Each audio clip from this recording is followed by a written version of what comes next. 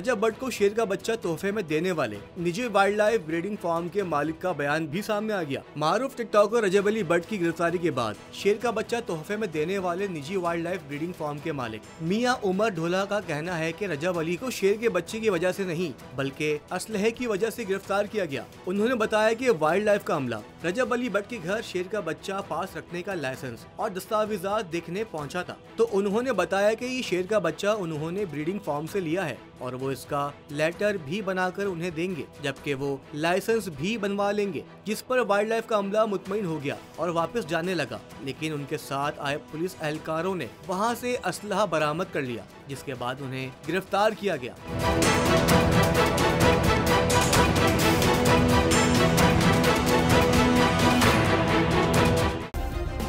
Subscribe करें और bell दबाएं ताकि कोई खबर रह न जाए।